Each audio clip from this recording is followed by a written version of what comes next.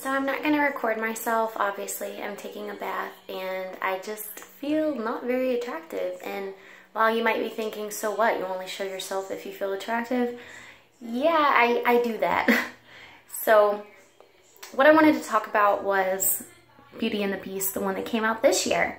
The one that came out March, I believe it was the beginning of March, I think March 10th or something. And I wanted to talk about it because I have seen nothing but raving reviews about it. And I'm a huge Disney, I don't want to say fanatic, but I feel that would be a little accurate.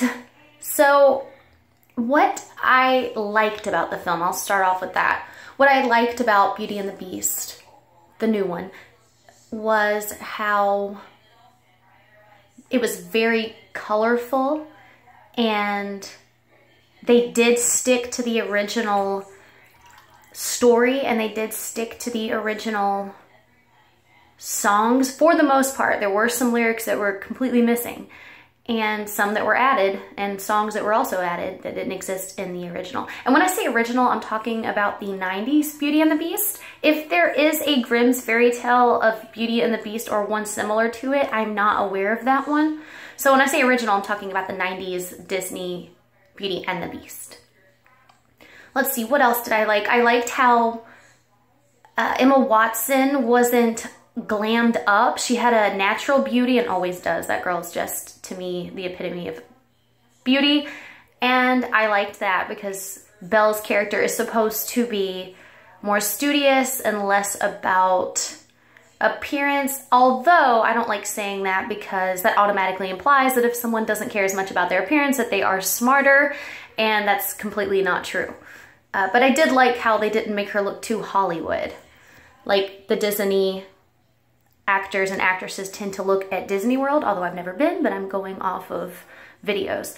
By the way, ignore my pile of tissue. I'm actually in the middle of cleaning when I get out of the bath and rearranging the entire house.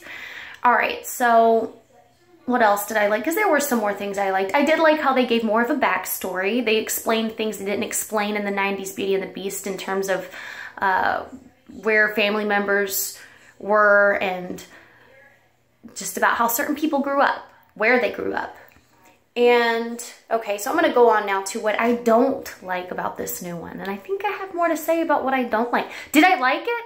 Heck yeah. Did I like the movie overall? Heck yeah. What would I rate it 1 to 10, 10 being best? I would say about a 7, which was shocking to me. So, what I didn't like about it, I didn't like how they made Emma Watson singing very auto-tune-ish. I don't know if it was auto-tuned. I suspect it was, just subtly. Either way, it gave less of a genuine feel that I felt when the original Belle was singing. Because when a person is really singing to themselves, especially when they're singing about something like, I want much more than this provincial life, you know, something that's that much of a passionate thing to say, it seems like it should have been held out, the note should have been held out longer and just sounded more raw rather than like someone sat in a studio. And so yeah, I guess there it lost some sincerity for me when I heard Emma singing like that. The other thing I would say is, although I just said that I liked how the backstories were given, so you had a little more of a history of what was going on, I still felt like the character development of Belle and Beast were not very in-depth.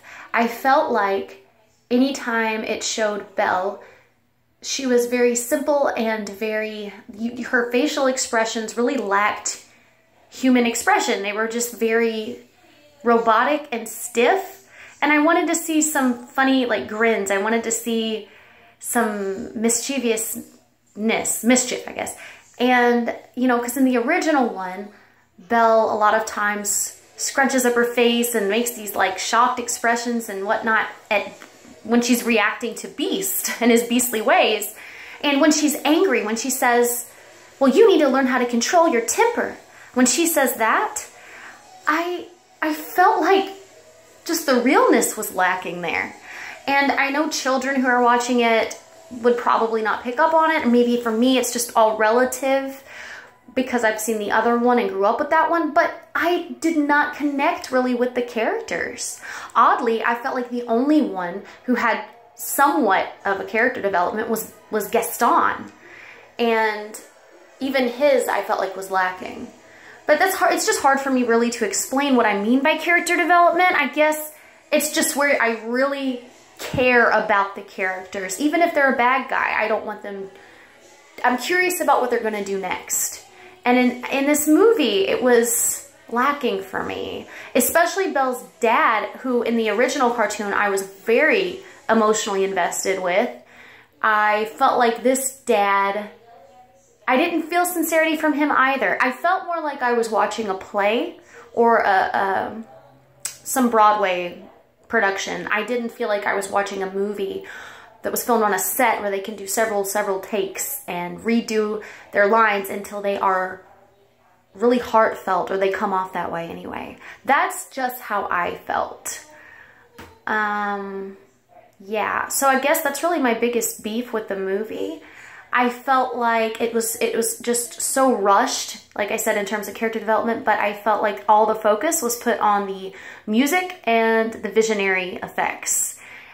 And the setting I thought was nice, although I still felt like it was a little too tinted, too dark. I wanted to see more of the inside of the castle when it was lit, and not just at the end, and not just at the very beginning when everything was set, before it shows Beast in his beastly state. I'm talking about in the middle of the plot. I felt like the inside of the castle, even though it was grandiose and amazing and you could see some detail, I still felt like a lot of it was a little obscure. Like, I don't know how to explain that really either. But yeah, so that is where I was disappointed with the movie. I think people who are really into musicals, people who are very into, or who aren't Disney fanatics maybe, people who like anything that the actors are in, you know, like there are some Emma Watson straight up like worshipers who would be obsessed with anything she was in. I mean, she could sing Twinkle Twinkle Little Star and people would obsess over that.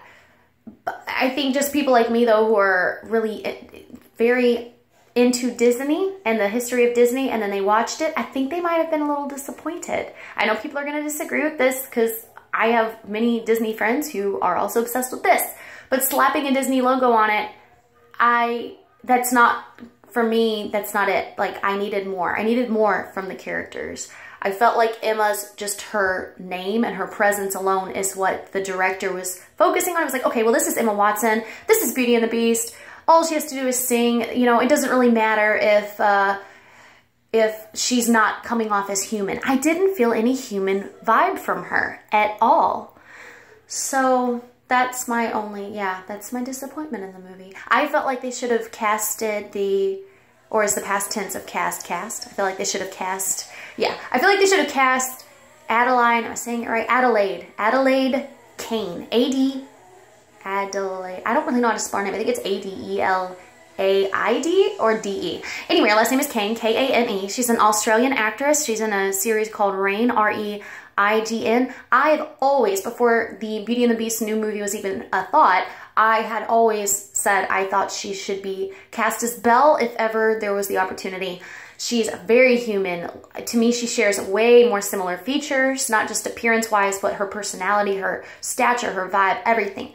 So I guess for me, yeah, that was what was lacking for me. So yeah, was it a good movie though? Heck yeah, and by good, I mean it was entertaining. I would watch it again. I wouldn't watch it in a theater again.